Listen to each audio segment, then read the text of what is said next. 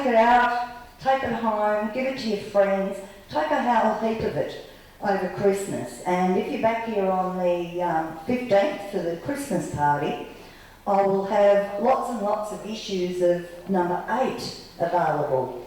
Someone's made a very generous donation of a big forklift full of issue number 8. So I'm going to go and get some, and I'll be leaving some here.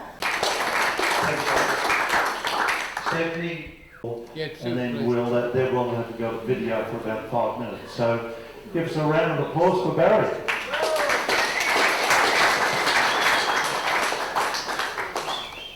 All right, I'm shy. Please, I won't ask you to hold my hand. No, look, there's not a great many people here, and most of you know all about it. About 4 years ago, someone sent me an email from the Common Law Court in England. And I used to work with Brian Shaw for about 15 years ago. We used to go to all the courts. And poor old Brian, he's still around, great guy. But I noticed he was banging his head up the same wall year after year with no results. And as we know now, there's no law, it's just commerce. I put a video up tonight on my YouTube. There's a guy from South Africa. He did live in Queens, and I don't know where he is now. He's 4 years old. But he explained it from the birth to the end of the story in layman's terms. So once you watch it, even Pam watched that twice because it made sense, because everybody else is highbrow stuff and it's a little over the top. This is very simple. So basically, Kevin Arm started common law in Canada. He's the one that got rid of Pope Benedict. I don't know the story, but all that information's out there. So I got involved with Smithy. Smithy was great to start with. He had a lot of court cases, but a guy who's actually backing us now in England backed him, and Smithy went through $100,000 and he turned it into a business. So we're going to get away from that. Now, common law has been, I would call it, say, bastardized, because everybody is talking about common law and statute law as if it's one, and how to get off. It's working. How to get off fines. It's got nothing to do with fines. Common law goes back. Juries started way back in 508 with the Greeks. It went to after the Vikings stopped fighting each other over religion and politics and stuff, they became Christians. Alfred the Great said from now on there's no more Germanic laws, barbaric laws, there's only going to be one law and it's going to be common to all. That's where the word common comes from. And in 1066 the sheriffs were really established in all the shires in England. They were called reefs, they became sheriffs. King William said from now on we'll keep that system because it's really good. He admired it and the king supported it. So that's what common law goes to. But common law on its own is useless without enforcement. And that's where, in the early days, I started in 2008, March 21 or something, I got involved as sheriff and stuff. And that was the big uphill battle, enforcement. But you're going to see a little clip of a video in a few minutes, and it explains that once we started watching what the sheriffs in the US are doing, they call themselves, or the media call them, constitutional sheriffs. They're not answerable to the Attorney General or the President of the United States, as we are not answerable to the corporations here either. Right? The sheriff can deem this a prison, and in law, it is a prison. I'm sure there's plenty of places to put some cells here, but that's another story. I'd like to congratulate Nat, who's been a sheriff for a little time. He's over there somewhere. Five of these. On Saturday, the 2nd of December at 1:30, we'll start the court case for Mr. Jerome, the commander. What do you call him? Yeah, the civvy. He's a civilian, but he was a commander over the covert stuff. I don't know how they managed to make him a commander. It's really fancy. But 5 of the deputy sheriffs are getting sworn in on Saturday, and that's going to be more. And we have 3 up in Sydney which haven't done a great deal. Townsville, we have 1 that swore in 7 deputies, but he had a marriage breakup that slowed him down a little bit. But basically, the sheriff's office is where the authority is, and our police force here know very well about us. They've got no problem with us, and what the intention is down the track is we'll be able to pay deputies to patrol areas where there's no police, like where there's a lot of crime. small crime, there's people breaking into cars and setting people's houses on fire at night, which is quite common now. And that's the whole plan. We have a bank in England that's actually, the app is already here in Australia. We're going to get access to that app through the British Bank, and it'll give us a little bit of finance to put a vehicle on the road. And when the vehicle's on the road, I hope to be black and white with the sheriff's badge and the telephone number where people can ring up for help. And that's where we are now. So I think if everything you want to see is on London News, look at that video I put up tonight. It'll explain the word from birth to death, if you like. And I think Brian might be an idea to show that video. This explains more than I ever will.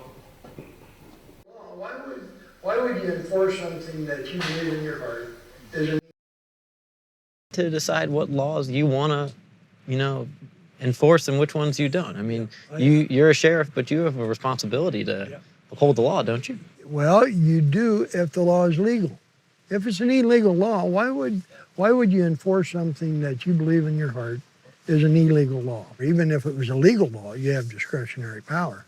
You're not required to make an arrest. And as sheriff, as an elected, only law enforcement official in the entire country that's elected by the people. The distinction to me is if it affects the Constitution. In your interpretation? Yeah, absolutely, in my opinion. And I fully realize that the governor and the attorney general has a different opinion. They do not like your opinion. I know they don't, and I don't like theirs. With more than 100 counties across at least 7 states declaring themselves sanctuaries for gun rights. In Washington, more than 20 sheriffs. Go to a court case. So information has to be sent out so that both parties can present something at the court case. So the plaintiff notifies the common law court that they wish to right the wrongs, and they prepare a package of evidence, and they cite who the defenders are. The defender then has 3 options. They can submit their case, so they might say, well, no, I didn't do anything wrong, and here's my evidence to show it. Or they can say, look, I agree to enter into mediation with the plaintiff, so we can settle the things without going to a court hearing. Or the defendant can submit paperwork, and if they decide not to appear at the court, then that's to be taken into account by the juries, because that's basically saying, well, I don't care about the court, so it indicates that maybe they are guilty. But that's up to the jury to decide that. Look, I won't go through all of this. It just says that the jury needs to be selected from the public. So once a court, like on Saturday, hopefully there'll be quite a few people there, and everyone who's there will get the opportunity to go on the jury. If you decide you don't want to, that's fine. So it's selected randomly, and then those jurors are selected, and they have to basically give an oath that they will do the right thing. That's the best way of describing it. And as I mentioned before, the bailiffs, that's their job to make sure that the jury is not tampered with. So that's why you have to turn your phones off or leave your phones out. A juror can't then say, oh, I'd just like to go out for a coffee somewhere. You can't do that, because they might be going out and someone might meet them and tell them something that's not relevant to the case. So that's the bailiff's job, to make sure that the jury is not tampered with. And the adjudicator just essentially makes sure that the process is followed correctly, and they can ask questions of either the plaintiff or the defendant, and they can then get the juries allowed to ask questions as well, because it's important the jury understands what's going on. So they need to, and the adjudicator can ask the sheriff to present information to help in relation to the case. And yeah, there's a bit of swearing involved. The plaintiff swears proper swearing, not foul language. The plaintiff swears that the common law court oath before addressing the jury. So that, for instance, there'll be some sheriffs appointed, and they need to actually swear an oath in front of a jury. So the first step is to select the jury, and if it's deputy sheriff being appointed, they need to swear an oath to basically follow follow all the rules of the common law court and be upstanding citizens, which is easy for me because I'm standing up. So and the defender, if the defender does come along to the court, they also need to swear an oath. It's basically to tell the truth. That's the main part of what they have to say. So once the plaintiff has finished their presentation, the adjudicator then asks the jury of peers and the sheriff if they have any questions, and if there's no other questions, then the jury has to go aside. So usually they go into a separate room and they select a foreman or a forewoman, and then they need to decide based on the evidence. Now, if they want clarification of something, they can get one of the bailiffs to go and ask the adjudicator or the sheriff, look, I need to know I can't remember what was said, can you clarify that matter? And then they make a decision. And now, if the defendant does not answer the citation, so it doesn't appear at the court, and they don't appear in order to defend the case against them, then the jury would have no defence. So then the jury would have no defence, and so can take this as a tacit admission of guilt, so long as the plaintiff has signed off for a proof of postage. So in other words, the plaintiff needs to show that they've given the opportunity of the defendant to arrive or to come to the court. Okay. And the decision needs to be unanimous. So all 12 need to agree on it, and the decision is final. The only time it can be, I guess we could say it's not final, if there's an error of judgment or if there's some evidence that wasn't provided at the court. Yeah, the sheriff can actually annul the whole proceedings. Don't forget the grand jury. That's very important. And there's a thing called a grand jury. So you need, I think it's 23 people is required. And what the grand jury does is, it's a bit like the grand jury in America. They can actually get some basic information on a certain thing, certain individual say, and say they need to appear in front of a court. And that's there's been a few that have already been submitted to a grand jury in Victoria. Who are some of the names that have had to? Everybody knows Neeson Neville and Foley, the health ministers, right? When there's big cases, we put it before a grand jury. The grand jury makes a decision whether there's a guilt or not. Sorry, whether there's a case to answer or not. In other words, a fingerprint is found at the scene of a crime. The police look and say, we haven't got enough evidence.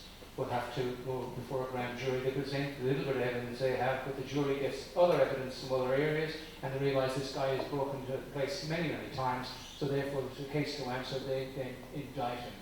He's not innocent or not guilty at this stage. Only a jury of 12 can decide that. But Neeson Neville and 4 of the ministers which we indicted, we delivered the papers on a Tuesday, and guess what? They resigned on Wednesday. I'm sure it was all the news. 4 ministers resigned on that because they know the law.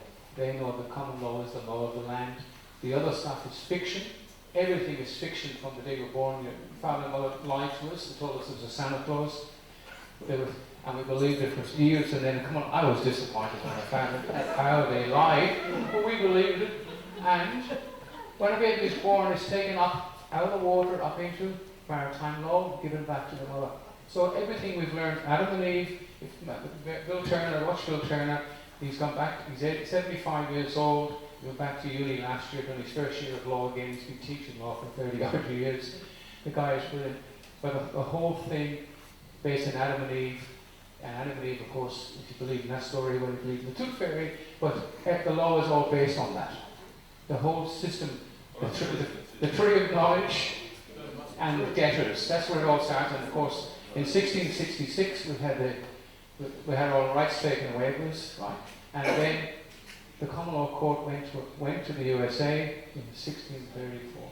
So it's been around forever and ever, and we have forgotten it, and they've made sure in the Supreme Court that you could go upstairs, and the common law court was only the common law library was only a small little place. Everything was in that, and downstairs there's 3 or 4 floors of books. So around the 17th century, all these guys went to the the universities in London. They're called the Inns of Court. They stayed in these inns and learned all about fictional law, and they made a business out of it. And we're living in commerce now, the whole world is stuff. But people, power. Thanks, sir. That's it. So has anyone got any questions about how the common law court operates? Well, what happens if someone just totally ignores it and just says, look, I'm not being part of this, and say they're found guilty? Well, what can happen to them? Look, it's because a lot of them operate in the, let's say, the corporate scene. Yeah, that's what's been going on.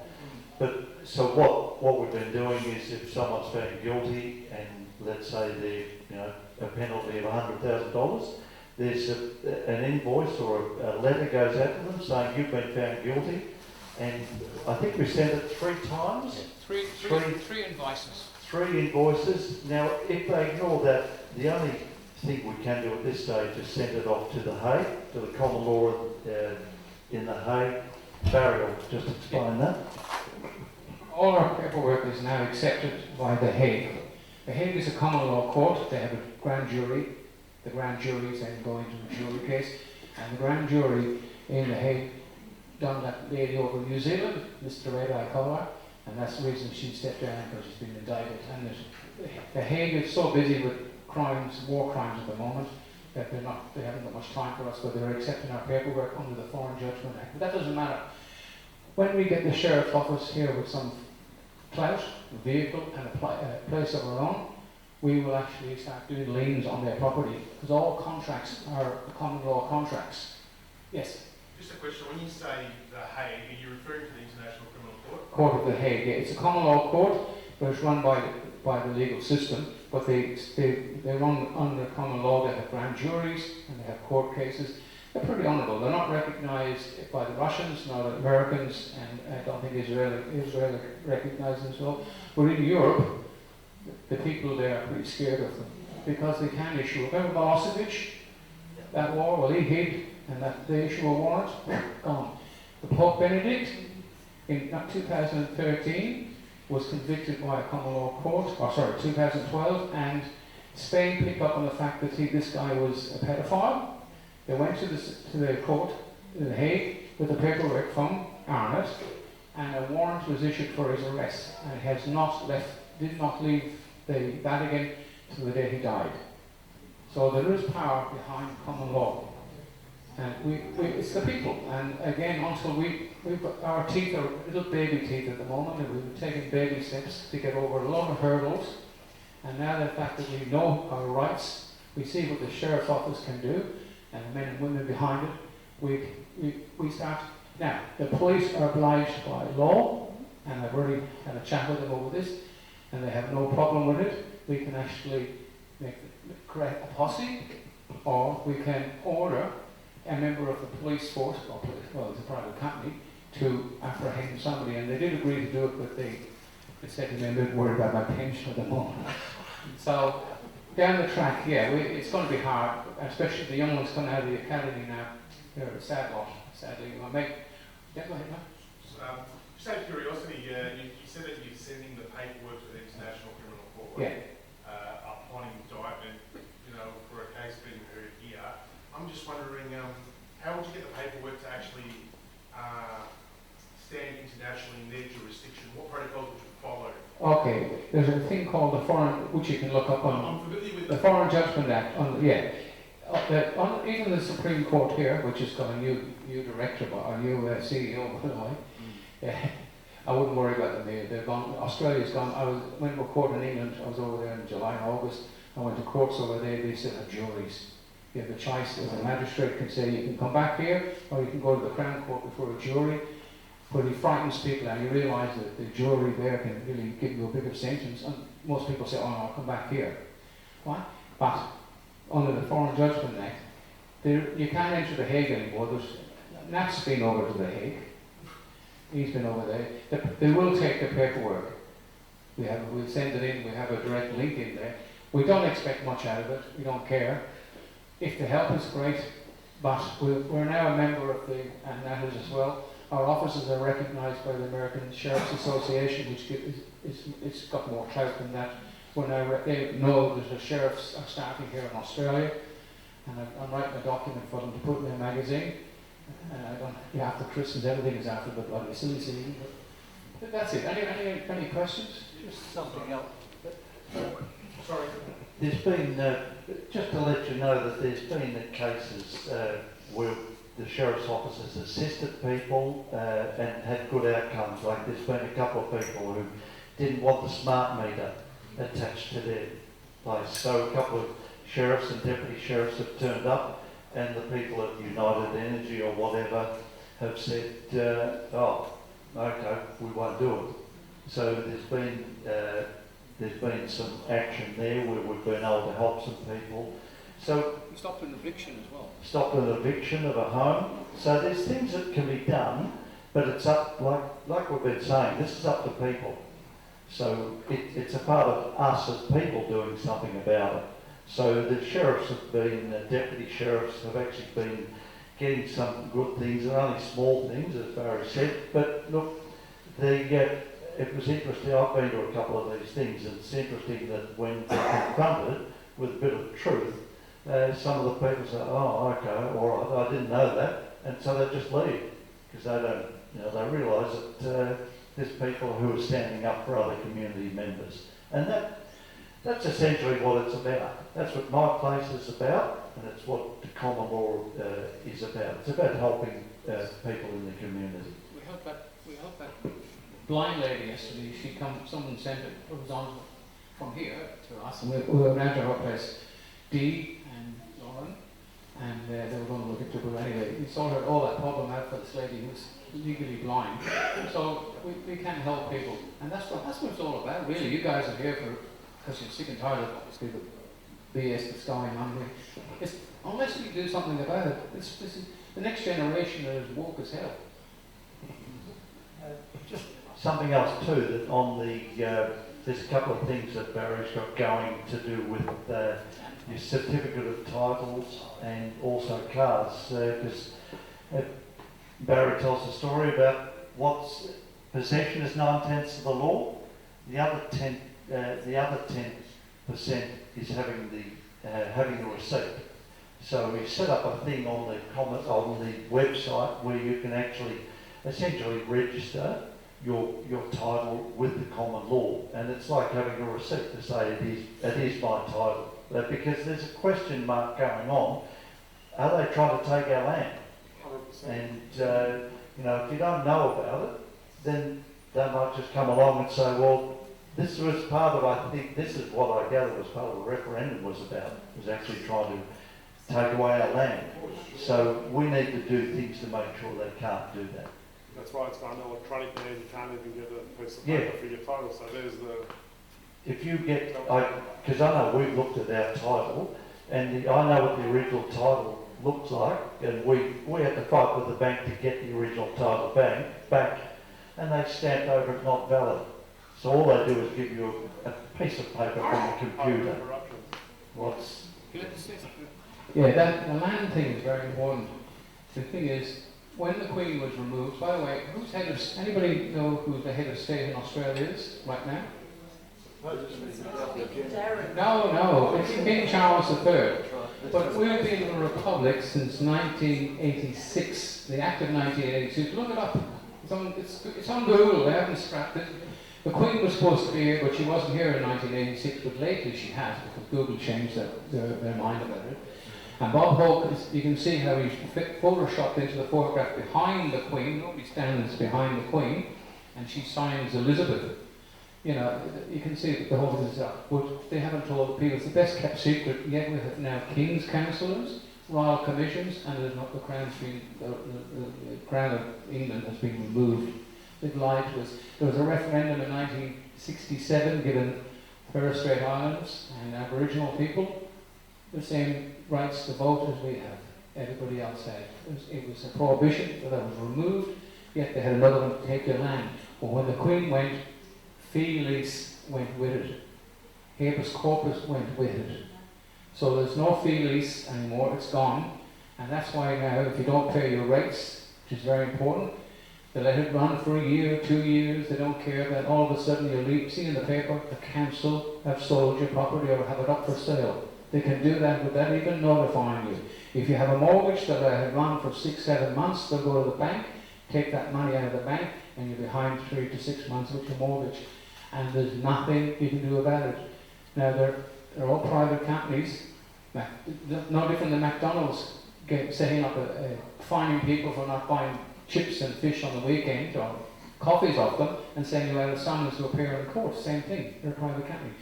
The house, we had a lady being evicted on the 27th of January. I haven't heard back from her since, but she took the certificate of title to the bank and they gave her 6 months grace, and that was it. Now they put her into that eviction. So if you're walking out of the shop with this here and it's worth $1,000 made of gold or something, $10,000, the police come up and say, oh, we've had a report that this thing was stolen. You say possession is 9/10 of the law. But if I don't have a receipt for it, you hand it over to the police. The same with your property. If you haven't got a receipt, even if you've got a mortgage, you're still in possession. Now this lady we're going to help recently, she's been renting for years, she's ahead of her rent, but there's a dispute, they put the rent up and didn't tell her, but she's on a month-to-month basis, which they can't put the rent up, and they got VCAT on, and then they said, we're going to evict you because you haven't paid rent, and that didn't work. They're going to evict you because the landlord is going to sell the property, but the landlord's not selling the property, so they're just lying, but she's in possession, so we can stop that going through.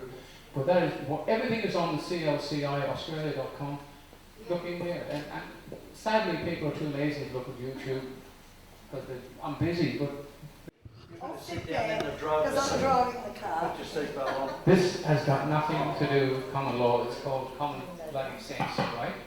If you get, I always tell people, if you get pulled over by the police, get out of your vehicle if it's not raining. Be nice, be polite, and meet them at the tailgate, right? Okay? At the back of the car. Oh, that was a sneaky move. What's your problem? Anyway, people say, I'm not taking a breath test. Well, you're stupid, because these young kids coming out of the academy couldn't give a shit, because either way they're going to win, because they don't know the law and they're not being taught the law. So they're going to, you don't take the breath test, you're going to lose your license, and you will lose it. There's nothing you can do about it. You can fight in court, unless you know the law, you won't win in court. So okay, Barry, why don't you pull over Sandy? Okay, Sandy. You tell her that you think she needs a breath test. Yeah, okay. Would you look at breath test, Mrs.? No, Well, you've got no fucking choice. I'm not having it. If you don't take it, we'll lock you up. You may have to lock me up then. I'm not having it. Oh, I've been told that before. No, basically, Okay, I've got to agree. yeah, you have to, you don't. What's the point? Yeah. Because you don't know where the old cops come from, or the old cops, there's not many old ones, the old ones that left. They may have been to an accident where somebody got killed, or they had an argument with somebody else. If you're polite, now, if you got a certificate to say that you're not a person, because anybody who's a person is a corporation. And there's persona, there's a whole, this dictionary is full of explanations of how we are corporations, right? The minute you're born, you go into a corporation, right? So, if you have an identity of police, you consider the policeman. There's a guy, Andrew Open, he's on my channel. If you look, there's 500 videos, but he's down there somewhere, police stop. And this guy gets pulled up by the police, and he said to the cop, really polite, he said, my car is not registered and I don't have a license anymore. And the cop said, yeah, it's registered. He said, look, the VIN number, he said, and he said, no. And he says, the cop said, well, how come you got those false plates on the back? He says, oh yeah, there was a space for plates there. Look silly about it. Oh yeah, it's on the video, have a look, it's unbelievable. But he gave his name, his address of where he lives, he was polite. He's now flagged, it's not to be bothered. And he's still driving. Now he's got no insurance, which is crazy, but it happens. He can ask the police, if you can show me any legislation or any act where a man or a woman is mentioned, and they couldn't. There is no, only the Constitution says man and woman in relation to marriage. And the family court is a great example of a bullshit court, because only a church can break a marriage. The church gave up all their rights for tax rights. We gave everything away. So we're living in a land of cuckoo. because we're stupid, we let it happen. Look what's happening here. I went to Ian Cook's elections, and the election wasn't rigged. There was an adjudicator, or a super, what do you call them, the crucibles. Anyway, scrutineer. No, Andrew's pile went up, and Andrew Cook's just went up closer to it. So the thing is, Labour Party, when they were in the last time, our mortgages went up to 17%. Remember, Keating said that the recession we have to have. Labour Party back in everywhere again, and we're back in the same boat because we're flipping stupid. We allow it to happen. And now they've brought in so many people that have an allegiance to the Labour Party and that will vote for them for the rest of their life. And the same thing's happening in America, where they're bringing all the people over the border to vote. I don't know how Trump is ever going to get past that. Anyway, Are you detaining me, officer? No, Have I done anything wrong? and listen, see that you've got a certificate of title, you're a woman, or correction, you have an ID that says you're a woman. I'm sorry, but the law does not apply to women. I have to let you go. That has happened. It has happened. It has happened. Actually, it has happened a few times. And people have got across the border with the ID, and there's Finnegan's not here. She uses that ID, and the bank now accepted it. It's been accepted a lot less. Daniel, the magistrate's court didn't accept it one day. I was up there, and I got the chief registrar, and I said, Sam was in court all day, and he wouldn't accept his ID. And I said, you've got two choices, yes or no. You say no, I'm going to charge you with perverting the course of justice in this court. And I'm 78 years old, and I die right now if I tell a lie. He signed a staff declaration. They are scared of us. They're scared of, because everybody is walking on thin ice.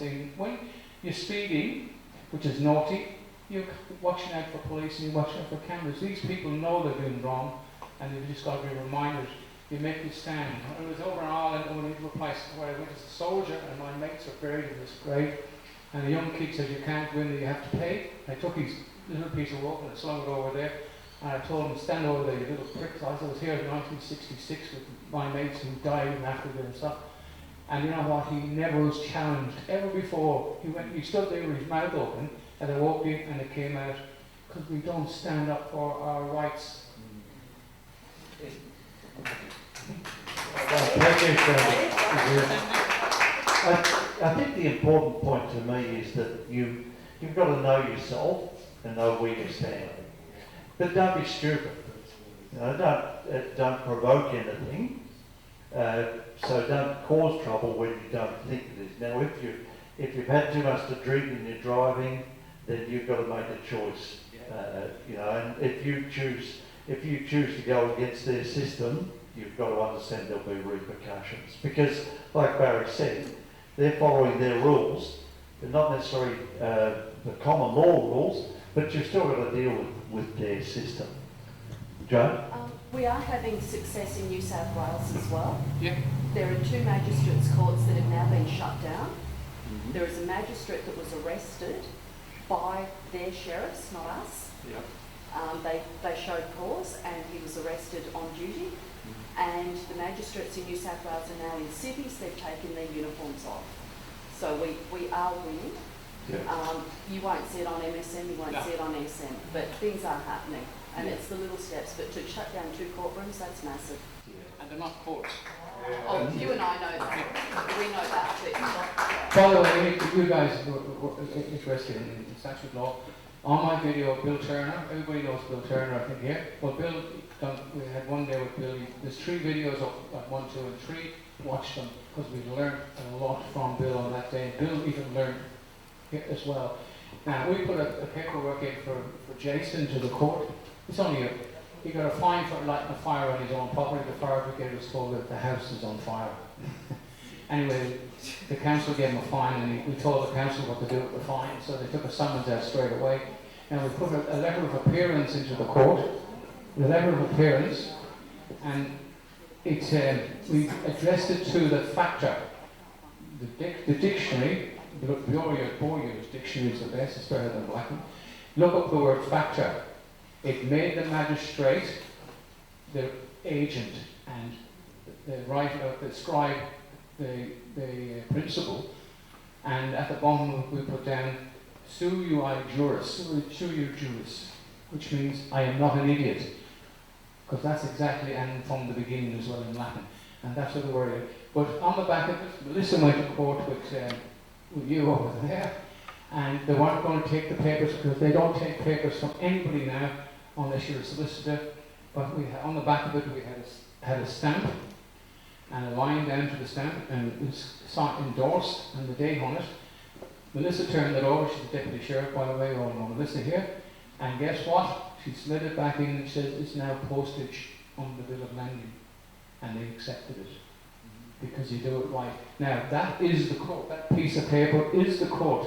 You do not have to go to court yourself, but I wouldn't trust them. Okay? And that case will never get off the ground. I had a similar situation recently, and a local fire captain's wife said to me, as long as you have a packet of sausages, that fire is for the purpose of heating and or cooking. I have burn-offs in my backyard. I'm in a suburban backyard. And I have burn-offs, I have fireplaces running all the time. Have a packet of sausages, have your dinner ready to cook. They can't cook it. There's ways around everything. Absolutely, it's interpretation. Look, as I said before, a lot of this is how you present yourself. If you just, I'm sorry, they'll just stand over you. So you've got to present yourself as if you know what you're talking about, because it's like public speaking. When you're doing public speaking, I always think, I know more than any of you about this subject. You may know about other things, but I always think I know more than you. And that's how you should present yourself to some of these organisations, because you probably do. I'll tell him another one. This is a true story. This is a true story. You know, in July I went overseas to Europe, right? And I was on a plane going to Doha, and I've never been on a plane that's so small that my knees were touching the floor. It was an old plane, obviously. And I said, I'm going to end up with deep vein thrombosis because I was in a window seat and I couldn't get out. I went up and I showed my badge, which has got the sheriff's badge, and I showed it to one of the stewards, the deputy, the boss one. I said, we have a problem. I'm going to get deep vein thrombosis and you're going to have the problem. Within 5 minutes, I was up the front. Because I made a stand. Don't take shit. Make a stand. If you're in the right, but do it lawfully. And if you're going to get involved in the court system, which only corporations go to court, learn, just watch Bill Turner, watch 3 of these videos on that channel, and you'll have enough to keep you out of trouble. Yeah, question? Do you mind if I go back to that role play? Okay. My own name. He's the boss. Sorry, I just had a question. When you said you get pulled up by the police, you get out of your car and go to the back of the car. My experience when I have been pulled up, even if it's just for a breath test or whatever, they always say stay in the car. Of course. You know why? When you're sitting in the chair as Sandy was, and what's happening? I'm looking down. I'm in a position of superior. I'm looking down. When somebody stands up and faces you, it changes the whole thing. When you put a camera on somebody, it changes the whole thing. And the reason I say to go around the car on the inside, where it's safe, and come to the back and greet them with a smile, and you say, I hope you're having a good day. And the tension is gone. Some people start an argument, and you know if you start an argument with anybody, you've contracted straight away. If you refuse to answer any questions, you've contracted again. And this word consent, it's bullshit. You've got to say, sorry guys, I'm a man or a woman today, and I'm not going to contract with you, but I'll play the game with you, right? And if they do carry on a little bit, let them do it. And then, if you really want to be smart, 786 of the Crimes Act of 1958, you have found them committing 3 indictable, arrestable offences. Masquerading as officers of the Crown, because they're a private corporation. The fact that ignorance of law is no excuse, they are a private corporation, so therefore it's fraud. They're covering up the fraud, it's misprisoner fraud. So you can place them under citizen's arrest. Now you don't have to tackle them and end up getting beaten up and shot, but you can take that complaint to a deputy and take like 5 constables. 5 constables have been to the common law court and a sergeant, and this young lady over here, a deputy over there, Lauren, delivered the summons to them with no problems. The police know about it, There's no problems. And then you can get your day in court and at least you've gone off your chest, someone has listened to you, and as things are going on, we will be able to enforce these things with liens. So there is an answer, just play the game. Yes? The police, no, I don't. No, that's all right, I don't need that. The police officer's obligated to show their identification when they're equipped. They have to give you, by law, I think it's section, I think I put it in some paperwork we've got, I think it's section something 44 of the Crimes Act. It is a criminal offence, I think it's about 5 or 6 penalty points, which is serious, if they don't give you their name, their rank and the station from which they come. They do not have to give you their identification number. No, what I'm asking, to show their ID, not... Oh yes, I've yes. had several occasions... Oh, we know that. We've won in court on that one. It's only like us. We're only eligible to present it. We don't have to hand it over, yeah? No, they can show that. No, that if you ask, Not for us. just say, look, be kind enough, or please, just show me your identification, just in case you're wearing a costume, and then. And if they haven't got it, you say we can't do business today because I have got. You will not be able to give me full disclosure in a costume because you're not police. Okay, my point is, they can say who they are. Yeah. What proves who they are? The identification. Hence why I asked for their freedom. Yeah. And we won anyway. That was a great win. That was the best win. That poor magistrate in that court that day, she was so confused. Brendan said, she said, what do you want? And Brendan said, I want a jury trial. And she said, yes, you can have that. And then she went, oh no, you can't. And he was over in the witness box and he was going to bring up the fact the police were a private company and I was crossing my hands like this. No, not there, Brendan. And she said, are you coaching the witness? And I said, no ma'am, I'm trying to get him to behave himself. And he shouts up at her, he's on your side, missus. Well, from 10 o'clock, I think it was after 2 o'clock or something, she had enough of us and the police witness got no money, the court got no money, and we walked out of that place and it was funny. 3 hours, 3 hours. My point is, and I've done this since, just not that long ago. I asked the constables for their Freddie. Yeah.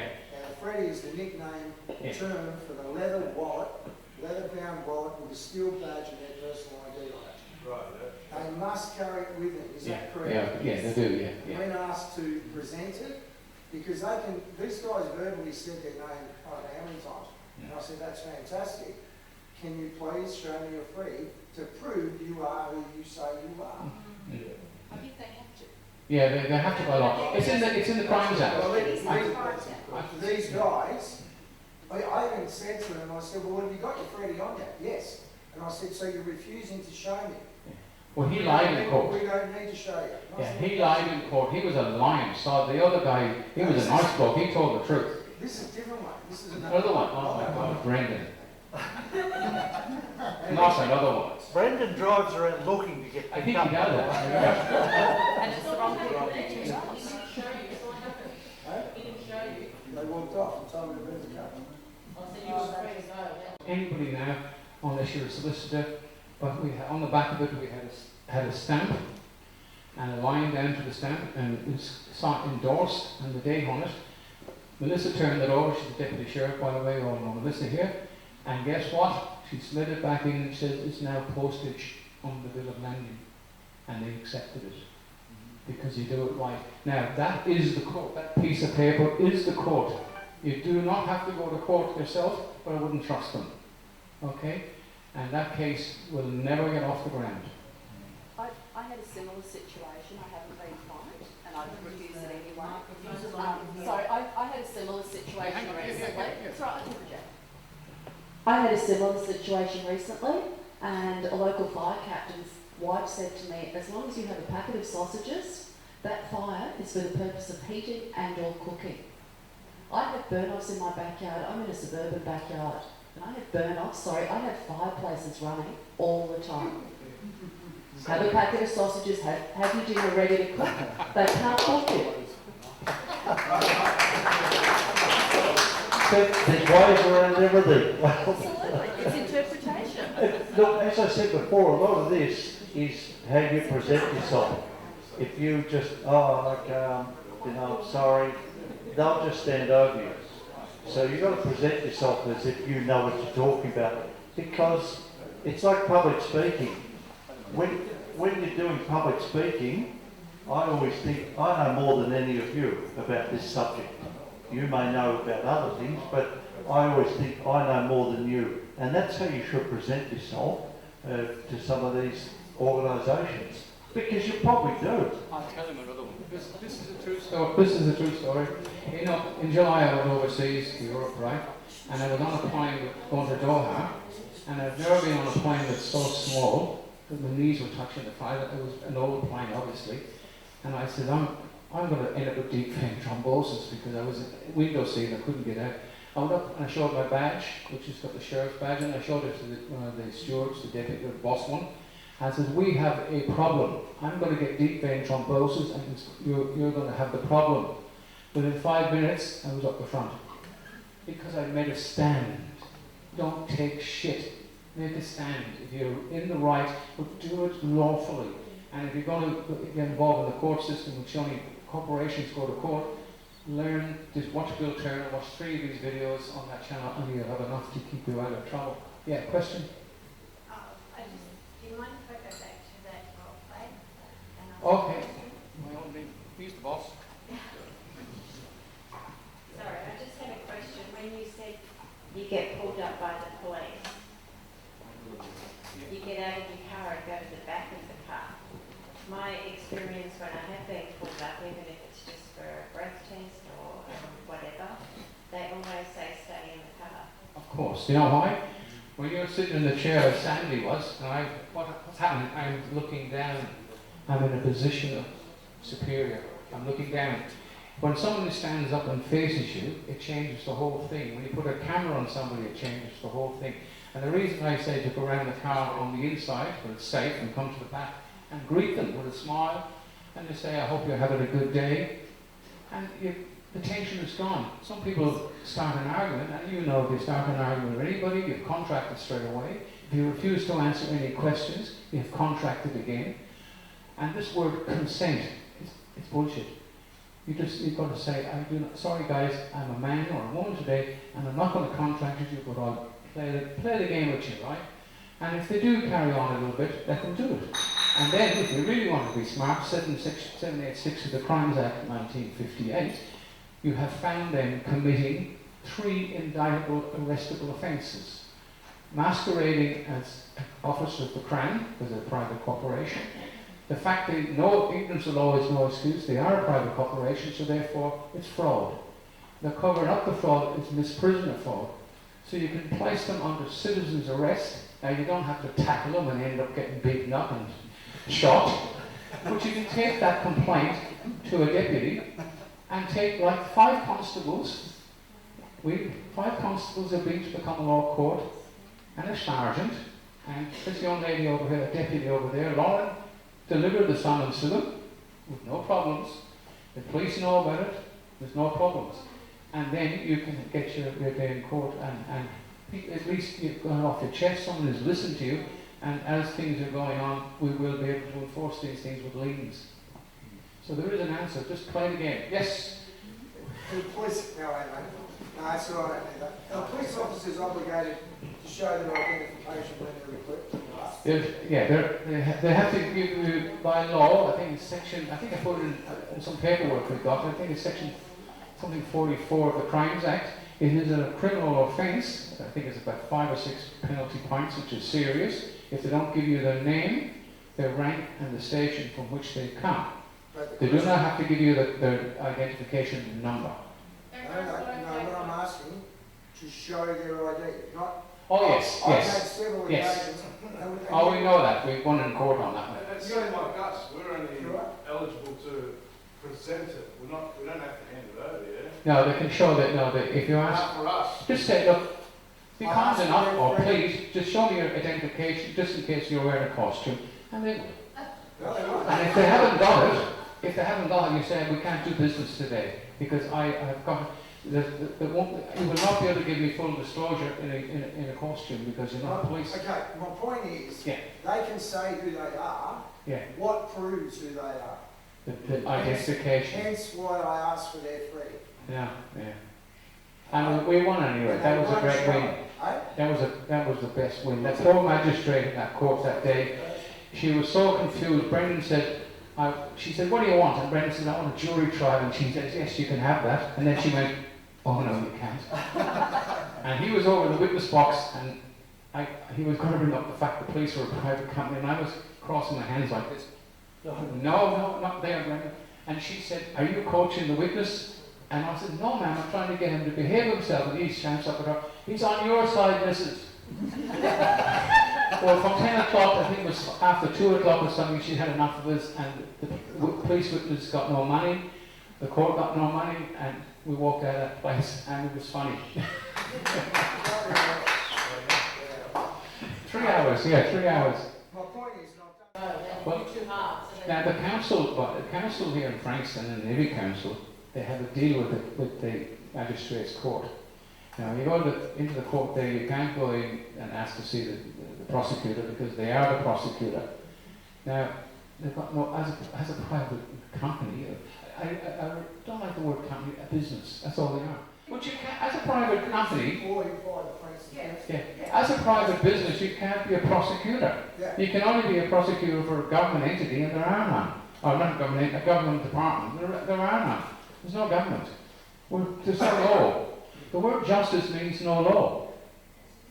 And the word, actually the grammar on that document, that lady says, this is your notice. Is, anybody knows grammar, is an adjective, and it changes everything after that to the colour of law. So you can draw your own, 15 people could draw different conclusions from what goes after the word is. So that's the word. Now, when you write a stat deck, you don't put down I, John Smith, you put down I am. If you want to put John Smith in, I wouldn't put the Smith bit in, because your surnames, they were given to us by the government. They own it. You're given names which you go by. We love our family names because we're proud of them, but they are an anchor around our neck. So, I am goes to the resurrection, because all the law is based on the Bible. It's hard to believe. I didn't want to believe it one time, but now I've seen the light. It's definitely there. I am, and then with the knowledge of fact, the court ABN number, and the knowledge of claim, and you go from there to write your claim. But be careful of the grammar, because they will recognise mistakes when they send you rubbish because you don't accept it.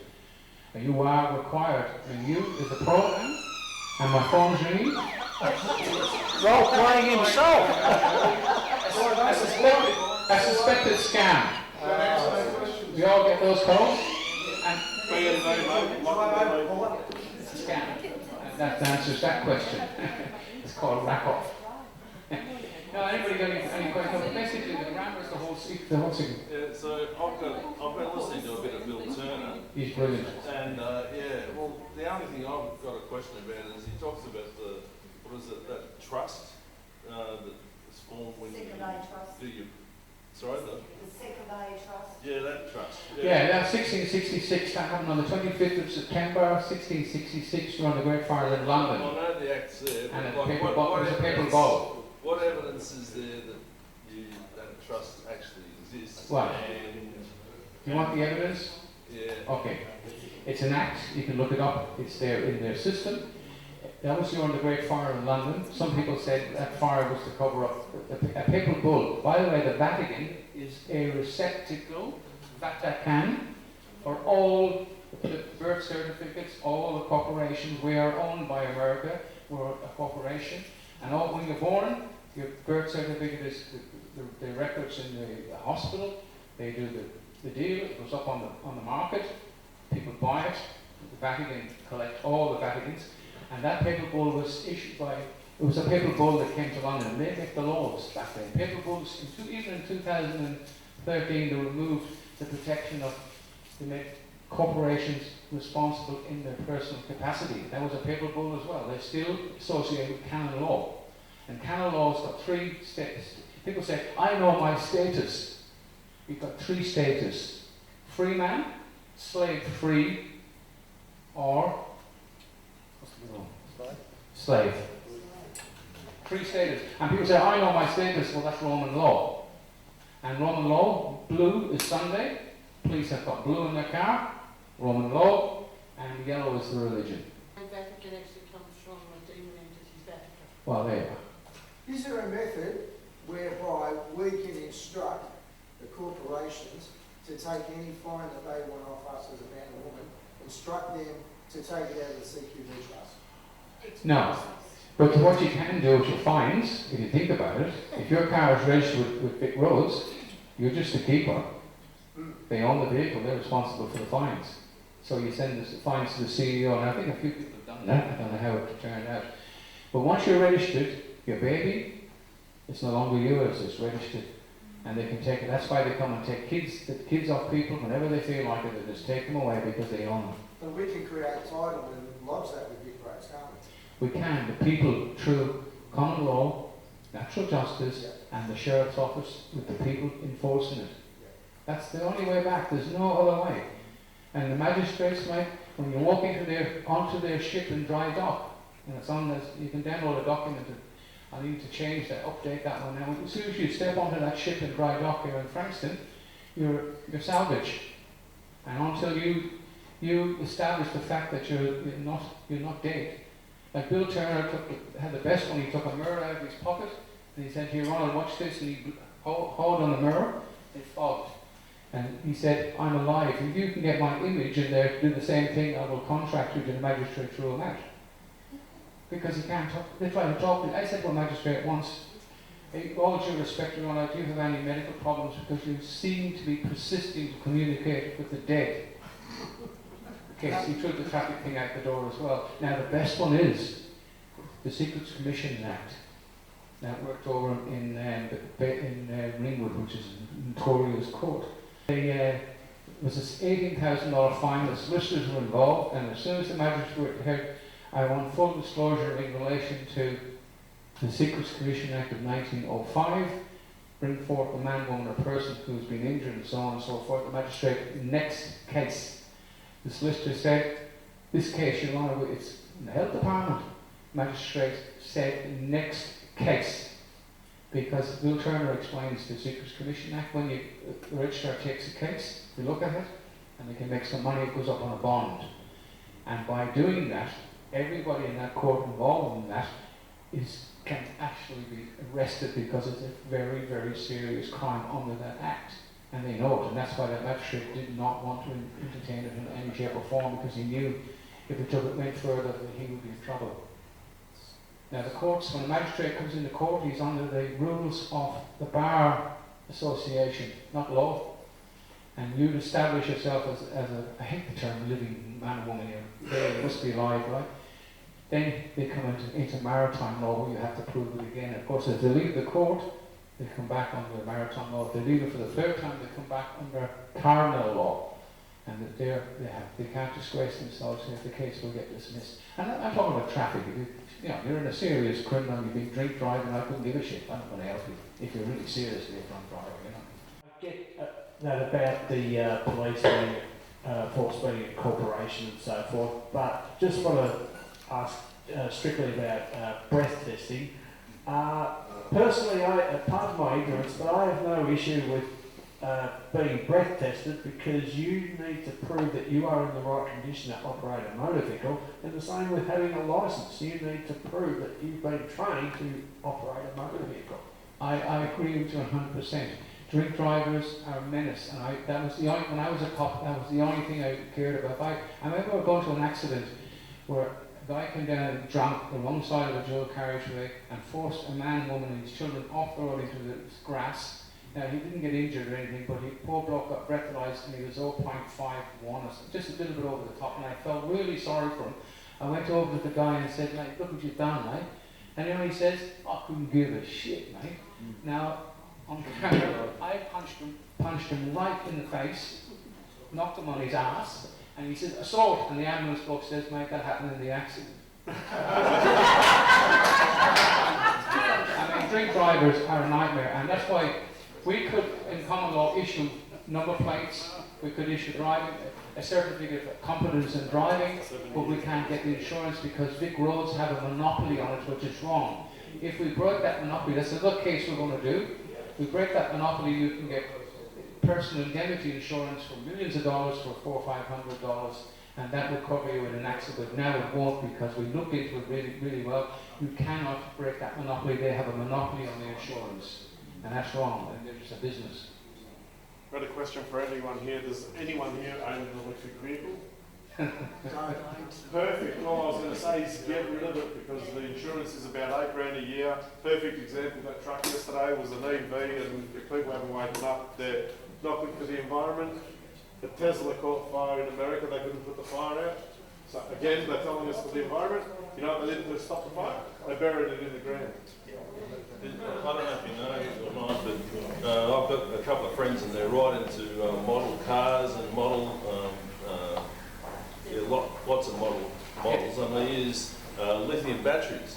Well, the problem is that they always want them charged up in an instant.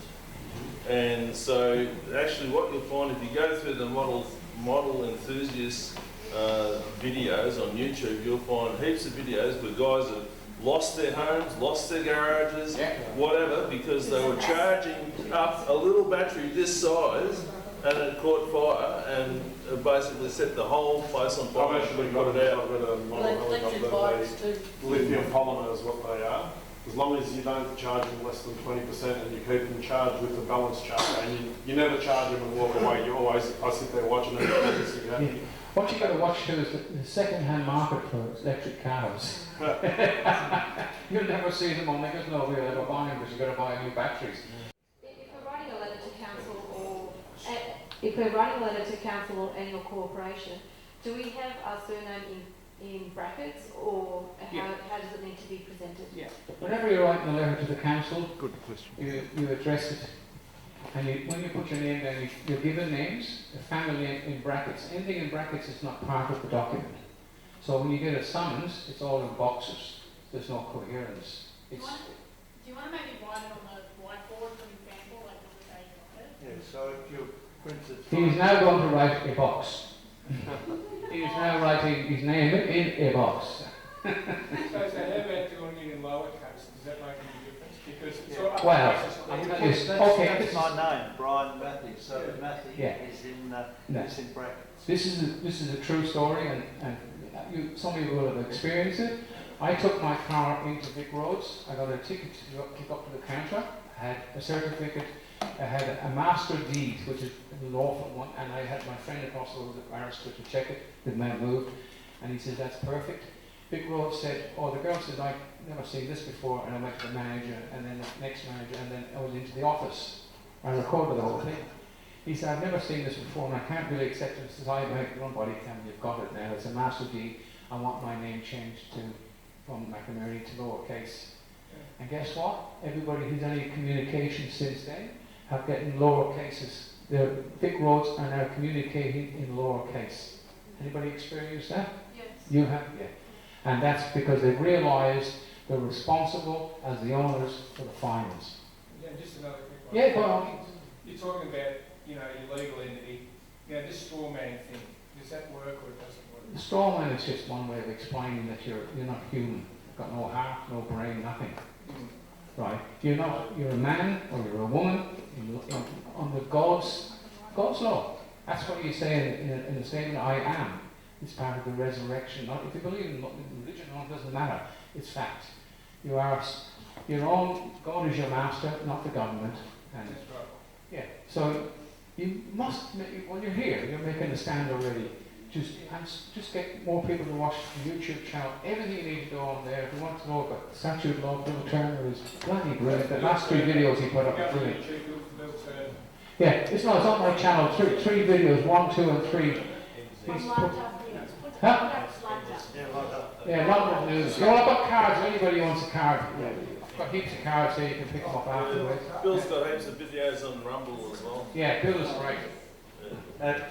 Look, the Common Law Court is run by it's essentially a volunteer organisation, but there's obviously costs involved. So if you'd like to donate, here's the details of the bank account. So if you'd like to donate something towards that, that'll be good. because unfortunately money is still what's required. It may disappear at some stage in the future, but they still need a bit of money to keep things operating. We need a car on road. The Yeah. car makes us visible. At the moment we're talking, paperwork, with the car going around, a black and white car, no, it isn't black and white, but it's got the sheriff's badge, the telephone number, and it's got an email address, so people can ring in, and the phone will ring and they'll get help straight away. And then people see, I mean, I'm going to have a problem driving around first, right? Because I'll get pulled over a few times, I'm sure I will, but I don't matter. So Barry's got some cards up here, which has got it's got the website, and it's also got the, have you got? YouTube is on one side, Common Law Court's on the other. And what we need, the girls here, Felicia is our court secretary. We're going to have the, it's really good. We're going to have Common Law Court cannot have a committee because we're in the wing. We're just people, right? We cannot have a committee. We got chucked out of the British when we had a committee, and there was infighting in the committee. Britain said, no committees in common law, it's just people. But we're running a thing called the Earls of Society. Earls Society. Anyway, this will be a committee on the side running the common law court. Alicia and Laura and a few others, right? And we'll get little sheriff's pins that you can wear. And you put $20 to join, and you'll get a little pin which will have common law court in the shape of the sheriff's badge. And we get people there. And that committee then they need to duplicate themselves. So that we need people all things to offer, and that would help build it up. And we need to spread. We're starting to spread now, but we need it. When's this? Sorry? When is this? Well, as soon as we have a website registered with my friend in the Philippines. He works for an American company and he's not back home again. He'll do it in a day for us.